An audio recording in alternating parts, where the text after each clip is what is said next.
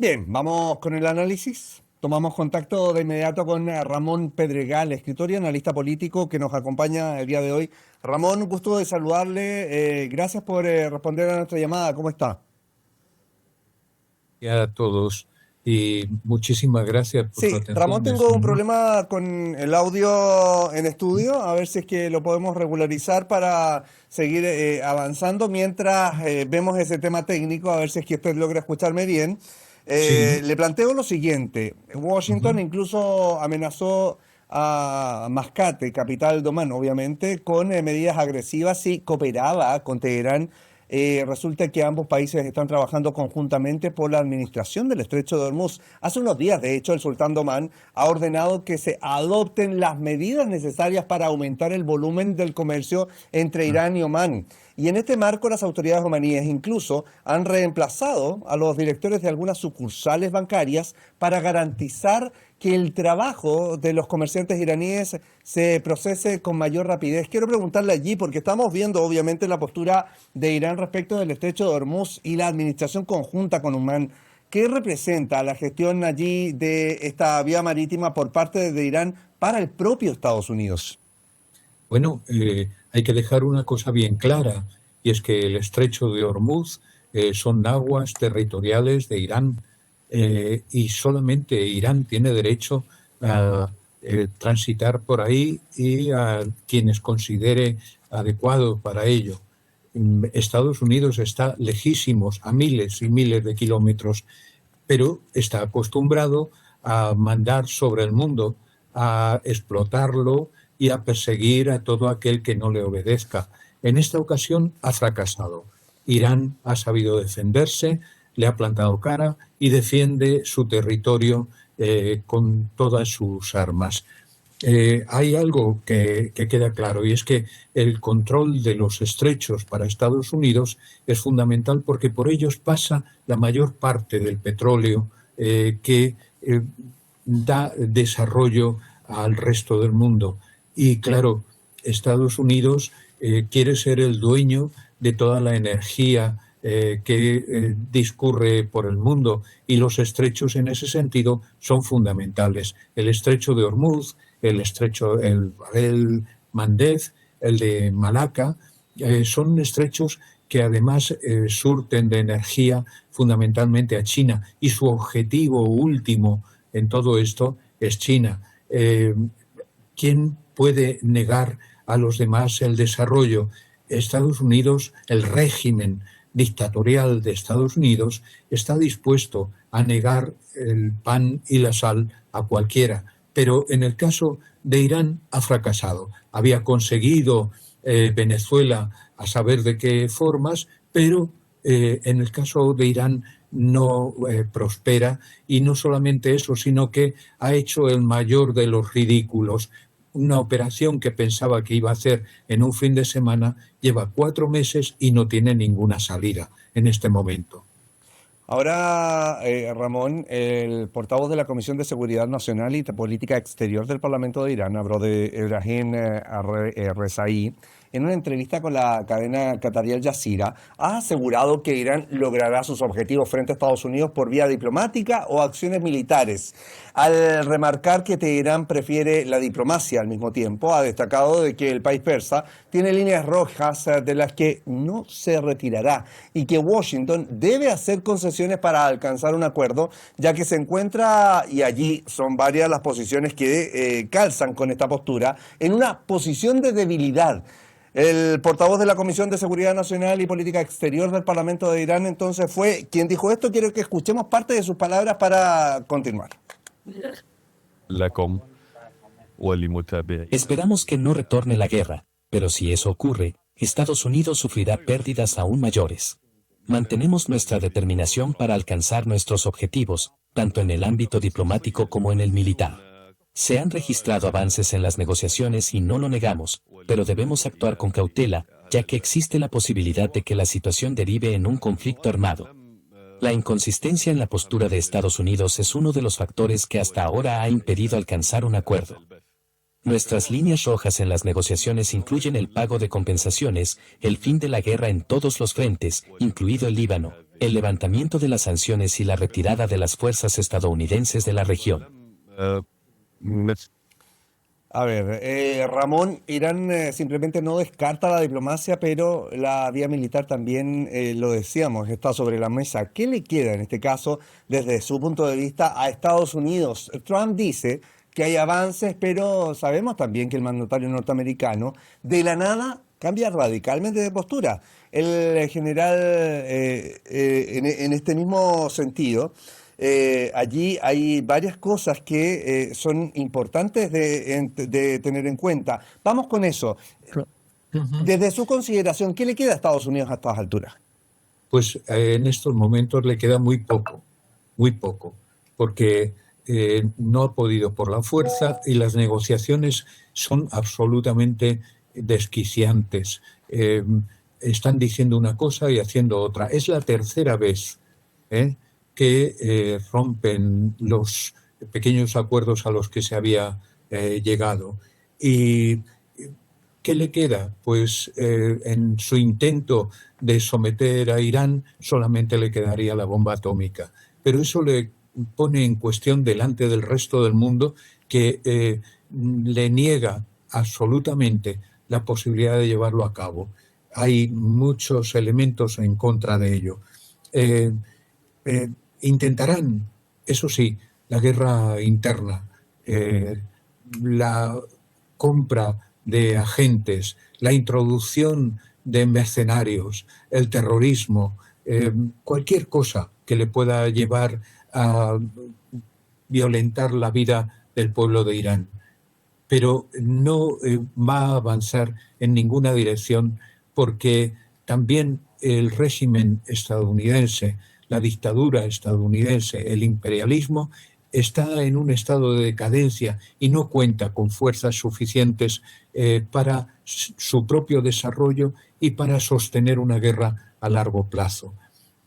No quiere decir esto que no haya que temer lo peor, porque detrás está Netanyahu, los Epstein, y buscan de una manera o de otra una salida también a su situación. Y en este momento no disponen de fuerzas suficientes. Por otro lado, las contradicciones internas en el régimen estadounidense le llevan a presentar un aspecto psicológico de desquicie. Un día dice una cosa, a la hora siguiente está cambiando, después sostiene la contraria. No, lo que manifiesta es una debilidad política enorme y no tiene demasiado tiempo para tomar una decisión mínimamente razonable. Claro, y es que ahí, como usted señala, Ramón, la cuestión, el tiempo es fundamental, sobre todo considerando también lo que se le viene encima al propio Estados Unidos. Recordemos el Mundial de Fútbol, recordemos también las elecciones de medio término y obviamente el descontento social que existe en Estados Unidos al momento de pensar en la gestión Trump en este segundo mandato. Ahora, quiero que revisemos lo siguiente. El general de división, Mohsen Rezaei, y alto también asesor del líder de la Revolución Islámica, ha condenado que, como se había previsto, el presidente de Estados Unidos dice Donald Trump está traicionando la diplomacia por tercera vez en un mensaje publicado en su red social X. Quiero que revisemos este mensaje, esta publicación y otras también en redes sociales a continuación.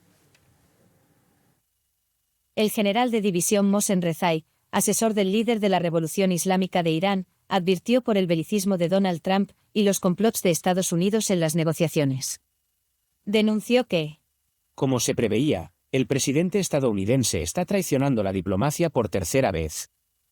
Al mantener el bloqueo naval y plantear exigencias excesivas en las negociaciones, ha demostrado una vez más que no tiene una verdadera disposición al diálogo y que persigue otros objetivos.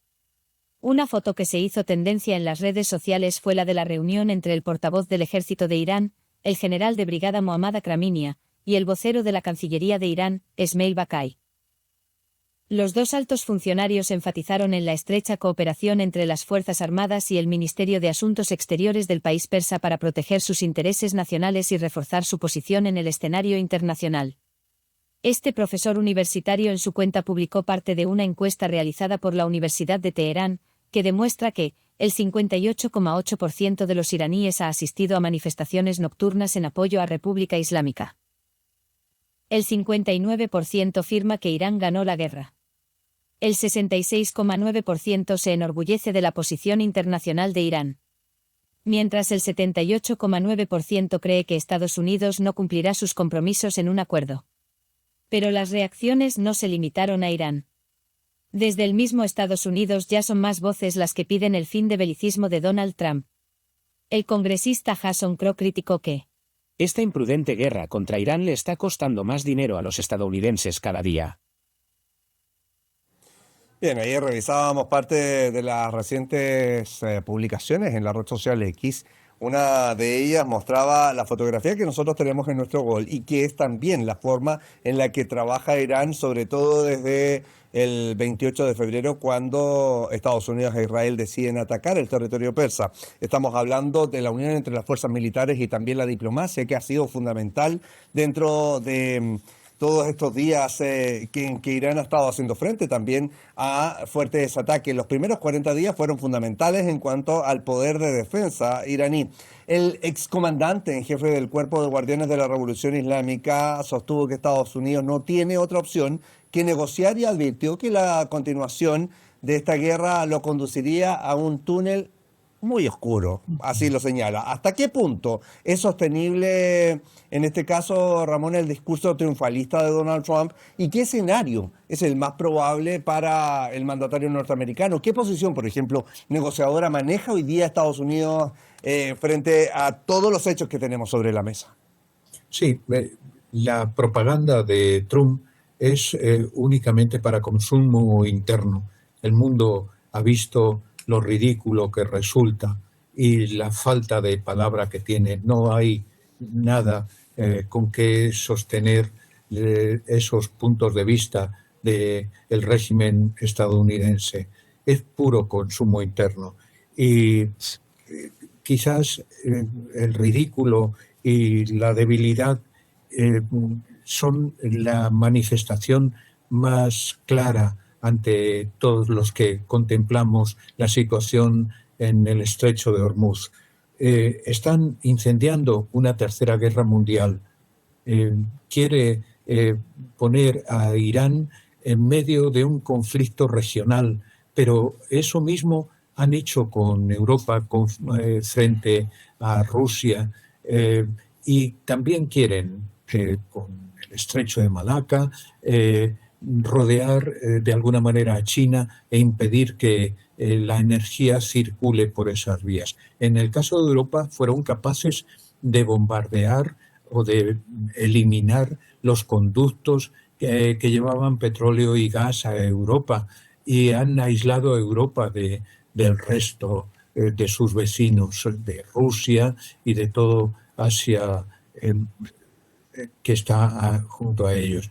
Pero en el caso de Irán pretenden también que el entorno se enfrente a Irán, algo absolutamente ridículo, porque ha pedido, por ejemplo, que todos firmen los acuerdos de Abraham, cuando los acuerdos de Abraham son un fracaso absoluto, y lo ha exigido de manera como tiene costumbre, chantajeando y amenazando, y ningún país, ningún gobierno le ha respondido. De modo que el aire triunfalista solamente le sirve para presentarse ante su público en Estados Unidos.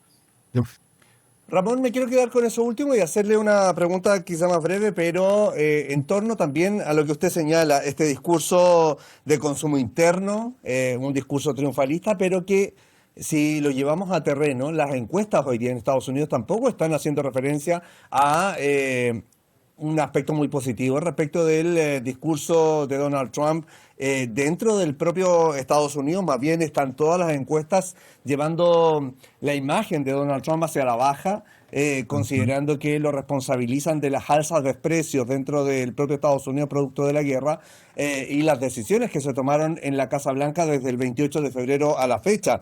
Hay diferencias marcadas con sus socios allí en la Unión Europea, que también usted lo señalaba, en cuanto a que no hicieron oído o no tuvieron eco las palabras de Donald Trump cuando se le llamó a que se sumaran a los ataques que pensaba hacer, o por lo menos a las operaciones allí en el Estrecho de Hormuz. Frente a eso mismo, ¿qué pasa con estos discursos que usted dice también van de carácter más interno, pero que al mismo tiempo, si es que llega a tener otro afán de ataque, el arsenal de Estados Unidos demorará lo que ya ha gastado por lo menos hasta 3 años en reponerse? Por lo tanto, allí hay bombardeos internos literalmente para Estados Unidos, y este discurso que no está haciendo eco en la propia ciudadanía, ¿no? Claro, bueno, en realidad sus amenazas hoy caen en vacío, no tienen respaldo ninguno. ¿Qué es lo que le quedaría? La bomba atómica en última instancia, pero la bomba atómica sí destrozaría seguramente a Irán, pero desaparecería el establecimiento colonial ese que llaman Israel, porque nadie quiere que eso continúe. De modo que si amenazan, como dice Trump, con enviar a Irán a la edad de piedra, como vemos son palabras puramente chantajeantes, no tienen nada de razonable ni de sensato en su interior. Habría que pensar que el régimen de Estados Unidos se está deteriorando por momentos, y sus amenazas, lo que le quedaría con la bomba atómica, pondría a todo el mundo en contra, o ya lo tiene en contra, y su desprestigio llegaría a niveles que hoy mismo resultan ya absolutamente ridículos. Después pondría sobre la mesa la misma existencia del ente colonial y a lo mejor del régimen mismo de Estados Unidos, que huye para adelante para no hacer frente a la realidad. Bien, nos quedamos con eso. Ramón Pedregal, muchísimas gracias por estar con nosotros en Detrás de la Razón. Hasta la próxima. Muchísimas gracias a ustedes. Un fuerte abrazo. Un fuerte abrazo hasta allá también. Bueno, teníamos allí al escritor y analista político Ramón Pedregal desde Madrid, España, acompañándonos con el análisis y la profundización también de los hechos que revisamos en esta jornada. ¿Qué pasa? Hay otro tema también. El ministro de Guerra, o autodenominado ministro de Guerra estadounidense, Pete Hegseth, afirmó este sábado, ayer, que cuenta con los medios necesarios para volver a entrar en una guerra con Irán, tras asegurar que un acuerdo de paz solo será posible si se respetan sus líneas rojas. Para muchos, reina la incertidumbre sobre el resultado de las conversaciones entre Teherán y Washington, luego de que esta semana se registraran los enfrentamientos quizá más graves desde la entrada en vigor del alto el fuego el pasado 8 de abril. A ver, medio de conversaciones es Pete Hegseth, el encargado de guerra, secretario de guerra, autodenominado ministro de guerra, bueno, en general de defensa estadounidense, señala que Estados Unidos, si no se llega a un acuerdo, podemos volver a atacar. Y es el discurso reiterado en este caso, que esta vez llega desde el Pentágono, mientras Donald Trump dice que hay acercamientos, que dio también un aviso medio extraño de que se había alcanzado un acuerdo, quizá como manejo de mercados, porque Irán sale ipso facto y le dice, no hemos ratificado nada todavía. Karen Marón me acompaña, por supuesto, acá en el estudio para profundizar esto y otros temas de esta jornada. Nuestra compañera corresponsal también de guerra y analista internacional. ¿Cómo estás, Karen? Muy bien, Osvaldo, te estaba escuchando y es así, estas contradicciones permanentes, estos dichos, y después me retraigo, es muy complicado, sobre todo para la gente, comprenderlo, pero no porque no tenga la capacidad, sino porque estamos en una situación tan compleja que no es solamente a nivel geopolítico, geofinanciero, sino que está afectando la vida de la gente. Y te escuchaba con mucha atención y es complejo explicar también estas situaciones. O sea, el día de ayer, Karen, revisábamos apenas cómo el arsenal estadounidense está bastante complejo. No es que tal vez no tengan un arsenal, pero que lo que ya se gastaron podrían demorar hasta 3 años en reponerlo, y siguen pensando en un aventurismo. Ahora, uno dice como balance, todo lo que se gastaron en armamentos y demás, ¿ha servido para los objetivos de Estados Unidos como para seguir amenazando? No, no ha servido para los objetivos de Estados Unidos. Tengamos en cuenta que Donald Trump cambiaba de objetivos permanentemente. Siguió el plan propuesto por Benjamin Netanyahu, como siempre digo, lo que ha hecho fue un vasallaje. Oficina al lado del despacho Oval, así se reunieron Trump y Netanyahu, lo convenció, a pesar que sus funcionarios de la CIDE, de diferentes servicios de inteligencia estadounidenses, le dijeron no es posible realizar este ataque justamente por las consecuencias que estaban teniendo. Como dice Osvaldo, ¿se cumplieron los objetivos? No, que además fueron cambiando. Los objetivos eran apoderarse de el uranio enriquecido, o el cambio de gobierno, o ahora posteriormente hacerse cargo del programa de misiles cuando lo vieron que es tan exitoso, que ha sido tan exitoso, sobre todo en Israel, cuando ha traspasado las 4 capas de protección, entre ellos los interceptores Patriot y Onda de David y el famoso domo de hierro y los THAAD. Pero, Osvaldo, dijeron que por lo menos es lo que informaron en los últimos días, es que de los 400 misiles interceptores, que son supuestamente de la más alta generación, eran 400 y habían utilizado 200. Pero por otro lado tenemos al, como has dicho, el autodenominado secretario de guerra, cuando en realidad por ley es secretario de defensa, decir que tienen todas las capacidades. No que las capacidades intactas, sino que están en condiciones de reponer rápidamente esas municiones, cuando en realidad, como está confirmado, son 3 años, por lo menos 36 meses, para poder reponer mínimamente lo que han gastado. Ahora, por ejemplo, y para que sigamos conversando, pero The New York Times informó sobre la propuesta revisada por Estados Unidos para este posible acuerdo con Irán. Según la agencia de noticias iranita SNIM International, si bien algunos medios estadounidenses afirman que Donald Trump introdujo cambios en el marco propuesto para un acuerdo con Irán, algunas fuentes informan que esta versión revisada se envió a Teherán por vía diplomática. Eso es un punto. Ahora, The New York Times, citando a funcionarios estadounidenses, afirma que Washington modificó el borrador de este acuerdo, lo envió a Teherán para su revisión final. Ahora, según este informe, los cambios se formularon y se finalizaron con mediación de algunos países, incluido Pakistán. Allí entonces hay que ver hasta qué punto se puede seguir esperando o entendiendo que la postura de Estados Unidos va a ser finalmente confiable o no si siguen habiendo cambios. Claro, porque el punto es, aquí hay diferentes tipos de diplomacia. Lo que está ejerciendo Estados Unidos, lo que está aplicando es la diplomacia coercitiva, que es totalmente a la disuasoria. Están en plenas negociaciones para llegar a un memorándum de entendimiento y, por un lado, violan este cese al fuego con ataques como decíamos, contradicciones o con cambios de opiniones. Esta diplomacia coercitiva no es lo mismo que la diplomacia de disuasión o el poder disuasorio.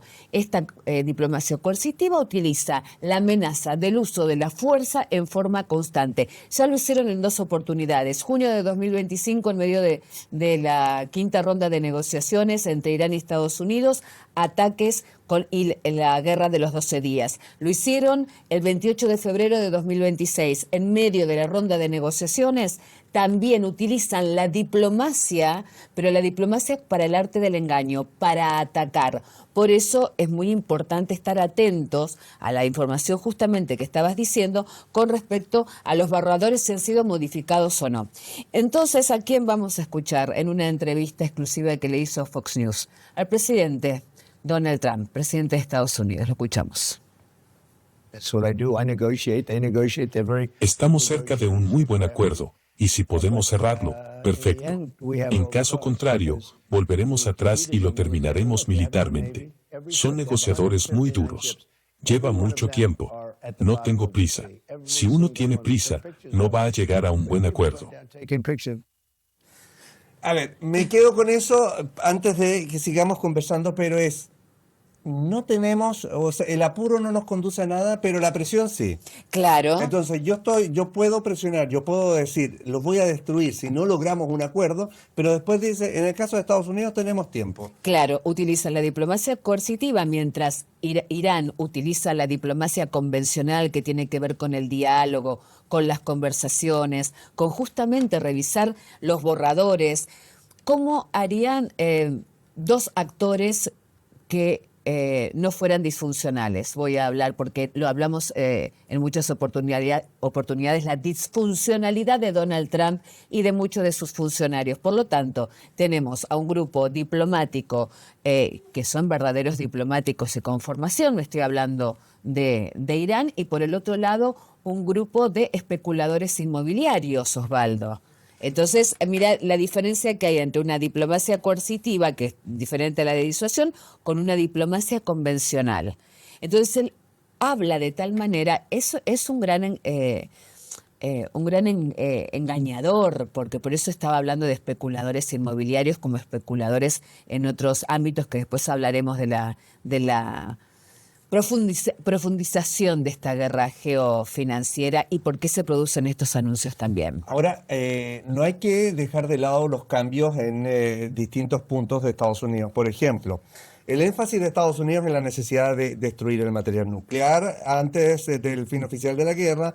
El énfasis de Estados Unidos en la necesidad de transferir este material enriquecido al 60% al territorio estadounidense. Pero ahora viste que no dice nada, no habla de... Sin embargo, ahora el propio Trump en sus declaraciones del viernes de la noche se refirió específicamente a la determinación del destino del material, pero no mencionó la transferencia hacia Estados Unidos. Ese es un punto que en el fondo va en directa relación con lo que tú señalas. Primero generar una presión, pero después se va diluyendo. Hay otros temas, por ejemplo, sobre los distintos hechos que van tomando en curso. Se hablaba primero de la presión hacia Irán para establecer un acuerdo. Hoy día se habla de que Estados Unidos sí tiene tiempo. Sí, tiene tiempo de una manera absolutamente irrespetuosa. No puede tomar decisiones en forma unilateral, porque esto es en realidad una trampa legal y estratégica lo que está realizando. El cese al fuego en forma unilateral. ¿Y hasta cuándo lo va a extender?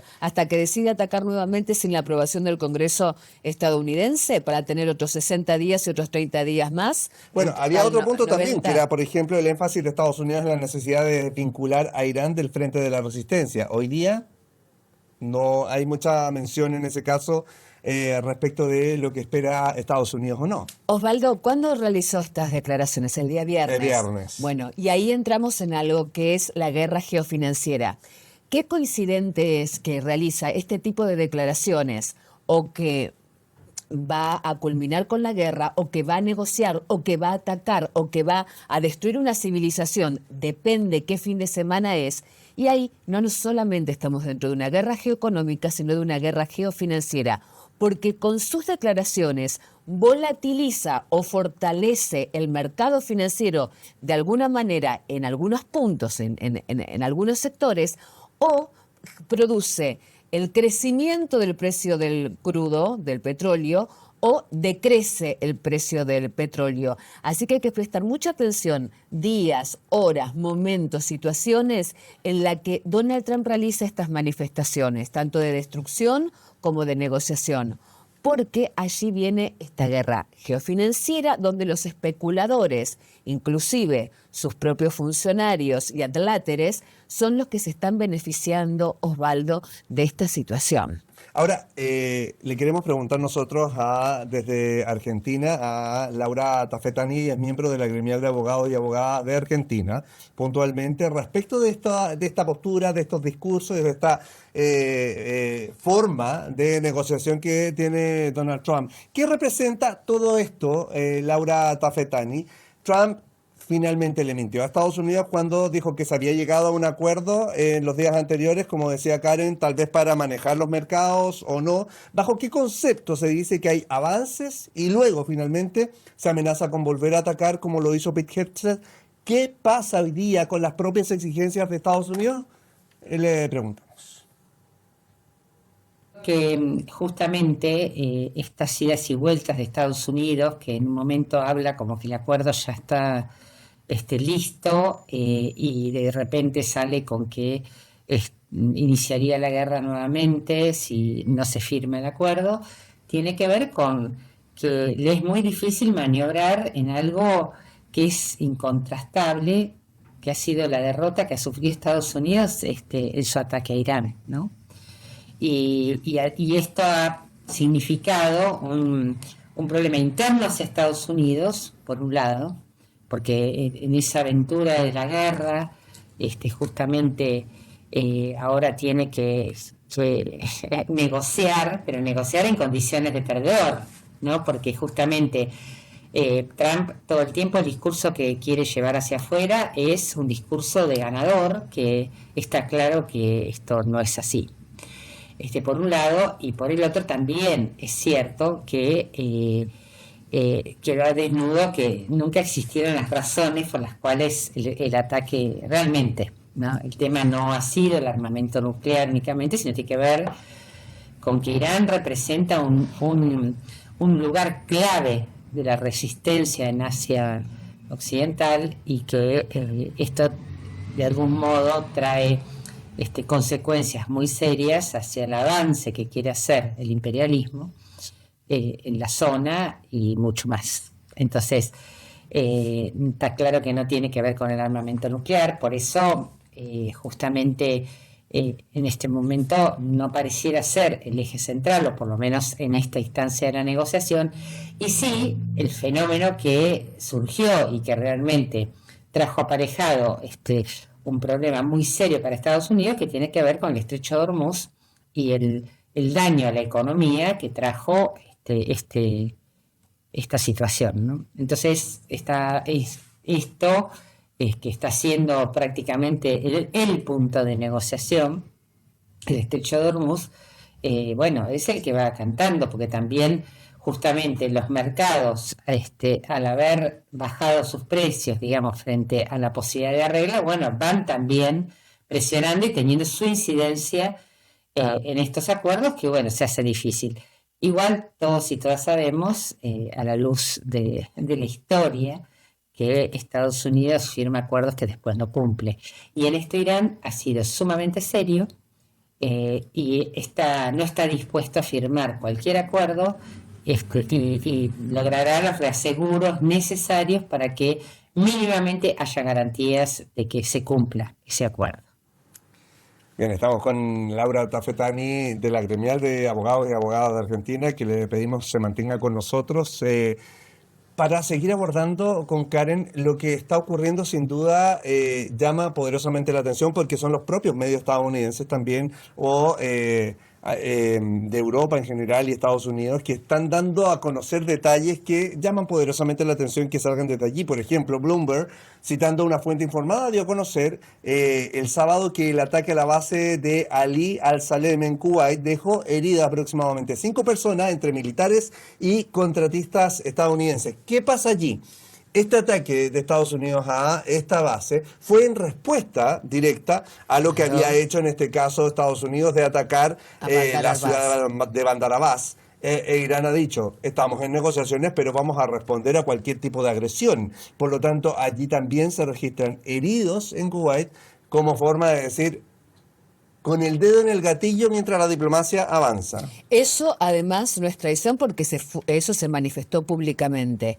O sea, en el medio de una negociación, yo tengo formas diferentes de negociar. Una forma traicionera y tramposa. Me estoy refiriendo a Estados Unidos con sus agentes inmobiliarios. Por otro lado, tengo otra forma, una diplomacia antiquísima y muy sabia y encarnada por personalidades que realmente hacen honor a esa diplomacia convencional y muy inteligente, porque lo dicen en forma permanente muchos analistas internacionales. Y una cosa muy interesante, no solamente lo dicen los analistas internacionales del resto del mundo, de Asia Occidental o de otros, sino que lo dicen los propios analistas europeos, lo dicen los analistas estadounidenses, y como dijo Osvaldo, se dan a conocer muchísimas cifras y ataques o contraofensivas o denuncias o encuestas por los propios medios, por ejemplo, desde el New York Times o Bloomberg o el Times de Londres, o hasta el Haaretz, el diario Haaretz israelí, o sea, se toman como fuente.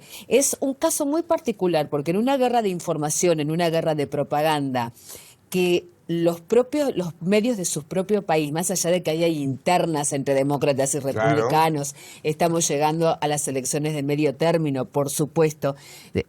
Obviamente se están utilizando los medios para generar una guerra informativa interna, pero que también es valiosa para saber qué es lo que está sucediendo a nivel externo. Ahora, en medio de estas negociaciones, si se ataca, también Irán avisó que va a haber una contraofensiva, y eso es lo que hubo. Por ejemplo, aquí en este ataque ahí en Kuwait se generó daños significativos, dice, a 2 drones MQ-9 Reapers. Uno quedó destruido y otro sufrió graves daños. Cada dron está valorado en unos $30 millones. Por lo tanto, ahí es un daño económico y también obviamente un daño físico, y una llamada de atención a sigamos dialogando, pero cuidado con los ataques, porque va a haber siempre algún tipo de respuesta frente a esto. Los drones MQ-9 Reaper, que tienen un valor de $30 millones, precisamente, siempre lo recuerdo, es el que asesinó en el aeropuerto de Bagdad al teniente general Qasem Soleimani, también al líder de las fuerzas de movilización populares de Irak. Y fue destruido por un misil Fateh 110 o 110 iraní. Y una acotación, lo que los medios denominan contratistas, ya desde el 2003, que nos dedicamos a la cobertura de conflictos armados y de guerras, los contratistas es lo que elegantemente se denomina a los mercenarios. Claro. Entonces, a partir del 2003, además de implementar diferentes medidas el Pentágono en relación a la prensa, también se empezó a utilizar elegantemente decirles contratistas a quienes fueron mercenarios de muchas guerras donde han cometido crímenes de guerra. Así que no solo son soldados, son también generalmente ex miembros de fuerzas armadas de Estados Unidos, británicos, franceses, contratistas de todos tipos, es decir, mercenarios. Vamos con Laura Tafetani, que la tenemos allí en línea. ¿Qué demuestra, Laura, Irán con este tipo de respuestas tan rápidas a una agresión a su territorio? Se hablaba quizá de las agresiones más graves desde la entrada en vigor del alto al fuego el 8 de abril.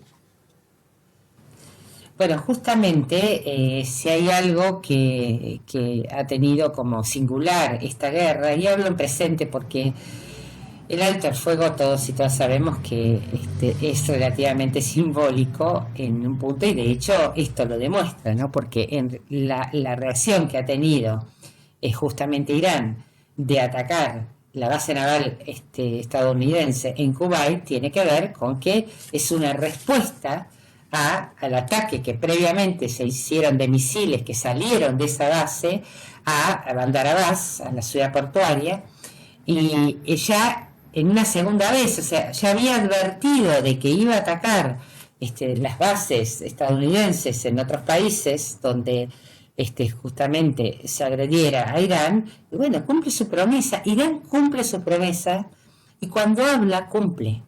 A diferencia justamente de Estados Unidos, que lejos estar de cumplir cualquier promesa que haga en forma de bravuconada, diciendo lo que va a hacer y que va a destruir y que en un día va a tomar Irán y todas estas cosas que permanentemente plantea, y todos y todas sabemos que justamente la relación de fuerza no le permite avanzar como el discurso que plantea, ¿no?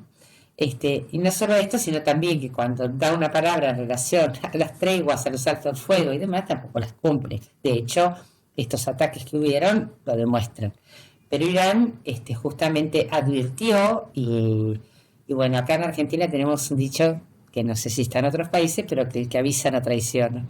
Y está claro que esto es sumamente importante porque muchas veces hemos hablado de las bases estadounidenses en los distintos países como pareciera como si hubieran sido, digamos, son enclaves neutrales, ¿no? Y uno acá ve efectivamente cómo en una guerra entra a jugar todo ese entramado de redes, la cantidad de bases navales, las declaradas y ni hablar las no declaradas.